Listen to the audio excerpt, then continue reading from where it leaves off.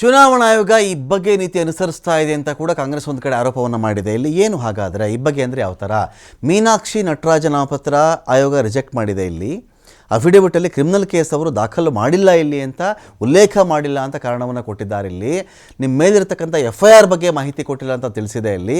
ಆದರೆ ಇದೇ ನಿಜವಾಗಿದ್ದಿದ್ರೆ ಇದೇ ರೀತಿ ಜಾರ್ಖಂಡಲ್ಲಿ BJP ಅಭ್ಯರ್ಥಿ ಆಗಬೇಕಾಗಿತ್ತಲ್ಲ.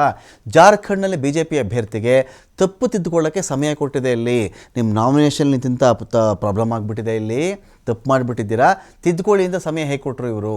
ಪರಿಮಳ್ ನಾಥ್ವಾನಿ ನಾಮಪತ್ರದಲ್ಲಿನ ವ್ಯತ್ಯಾಸಗಳಿಗೆ JMM ಕಾಂಗ್ರೆಸ್ ದೊಡ್ಡ ಆರೋಪವನ್ನು ಎತ್ತಿತ್ತು. ನಾಮಪತ್ರ ತುಂಬ ಮಿಸ್ಟೇಕ್ಸ್ ಮಾಡಿದ್ದಾರೆ ಅವರು ಅಂಥೇಳಿ. ಅವರು ವ್ಯತ್ಯಾಸ ಮಾಡಿದ್ರೆ ತಿದ್ದುಕೊಳ್ಳೋಕ್ಕೆ ಸಮಯ ಕೊಡ್ತಾರೆ. ಕಾಂಗ್ರೆಸ್ ಅವರು ತಪ್ಪು ಮಾಡಿದ್ರೆ ಅಥವಾ ಕೇಸೇ ಇಲ್ಲದಿರ್ತಕ್ಕಂಥ ಮಹಿಳೆಯಲ್ಲಿ ಕೇಸ್ ಇದೆ ಅಂತ BJP ಆರೋಪ ಮಾಡಿದ ತಕ್ಷಣ ಅವರು ಅದನ್ನು ಅಲ್ಲಿ ಉಲ್ಲೇಖ ಮಾಡಿಲ್ಲ ಅಂಥೇಳಿ ರಿಜೆಕ್ಟ್ ಮಾಡಿದ್ದಿಲ್ಲ. ಇದು ಸರಿನಾ? JMM ಕಾಂಗ್ರೆಸ್ ಆಕ್ಷೇಪ ಎತ್ತಿದ್ರು.